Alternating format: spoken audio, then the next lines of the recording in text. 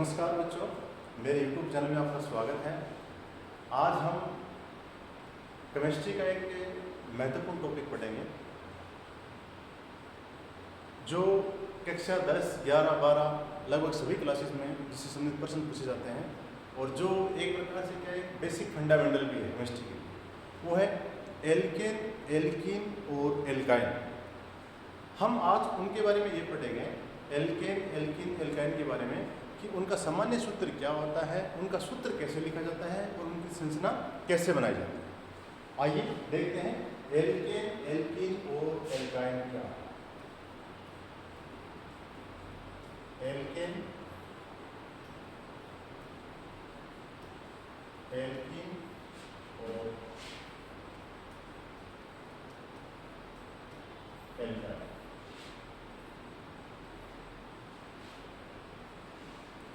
Alkene, alkene और alkyne ये hydrocarbon के रूप हैं। हाइड्रोकार्बन का मतलब होता है हाइड्रोजन और कार्बन से बने हुए, यानी केवल हाइड्रोजन और कार्बन से बने यौगिक क्या कहलाते हैं, हाइड्रोकार्बन कहलाते हैं।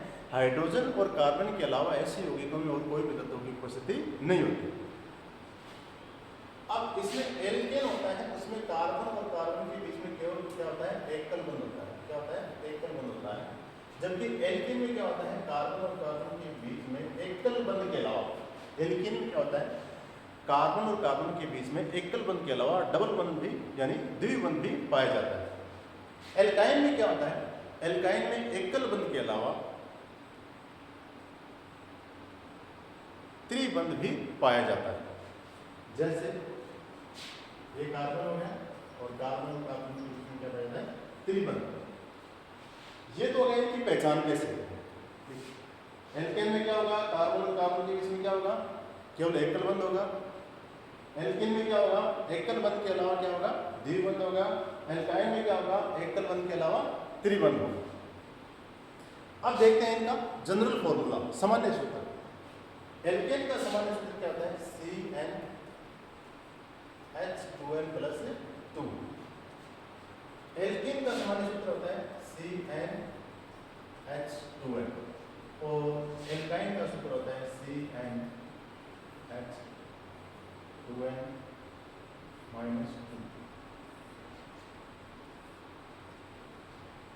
ये हो गया इनका जनरल फॉर्मूला।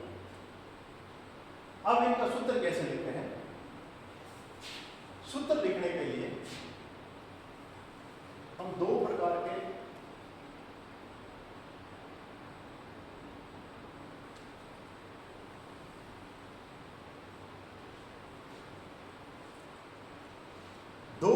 शब्द यूज करते हैं इनके नामकरण में।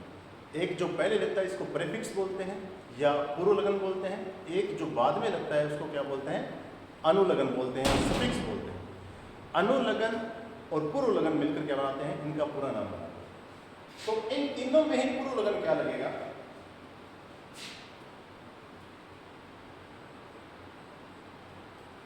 तीनों में ही जो पूर्वलगन लगेगा वो किसके आधार पर होगा, कार्बन की संख्या के, कार्बन की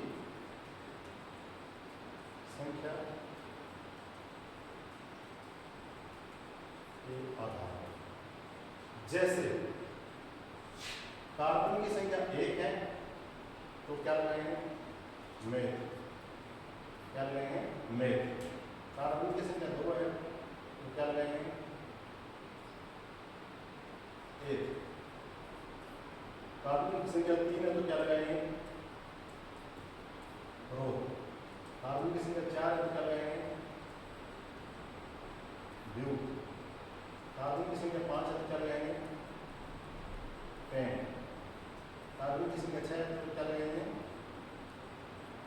हेक्स। 7 है तो क्या लगाएंगे, हेप। 8 है तो क्या लगाएंगे, ओक। इस प्रकार से कार्बन की संख्या के आधार पर तीनों में क्या लगेगा, पूर्वलगन। उसके बाद आया अनुलगन। अनुलगन इसमें क्या लगाएंगे, इसमें लगाएंगे एन। क्या लगाएंगे, एन। इसमें क्या लगाएंगे, इन। और इसमें क्या लगाएंगे,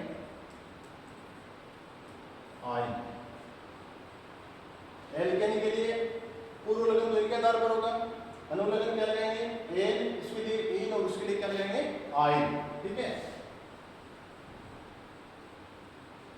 अब जैसे कार्बन की संख्या 1 है, उसके लिए हमें एल्केन लिखनी है, तो कार्बन कितना हो गया, 1।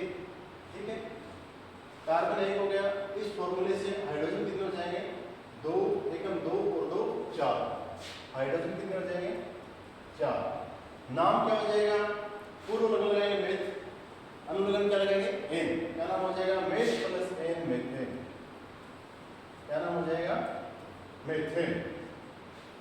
दोबारा देख लीजिए, यदि कार्बन की संख्या 1 है तो हम एल्केन का नामकरण करने के लिए पूर्व लग्न क्या लगाएंगे, मेथ, अनुलग्न क्या लगाएंगे, एन। क्या नाम हो जाएगा, मेथेन। सूत्र क्या हो जाएगा, यहाँ से एन का मान 1 रखेंगे और एस का मान क्या हो जाएगा, फिर 2 गुणा एन का मान 1 हो जाएगा, 2 गुणा 1 2 प्लस 2 4।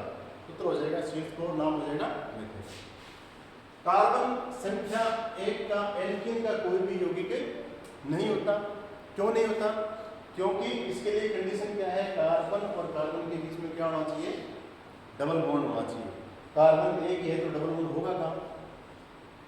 इसमें भी मिनिमम कार्बन कितने होने चाहिए, 2 होने चाहिए, क्योंकि इसमें भी कंडीशन क्या है, कार्बन और कार्बन के बीच कम से कम एक ट्रिपल बॉन्ड यानी त्रिबंध होना चाहिए।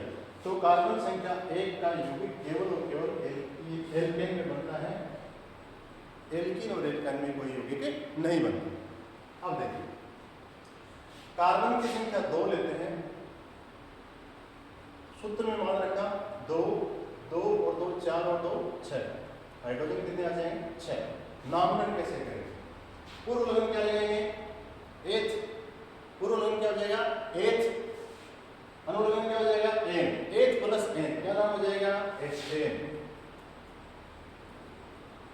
क्या नाम हो जाएगा, एथेन। इसी प्रकार से एल्कीन का नामकरण कर लेंगे कार्बन की संख्या 2 के लिए।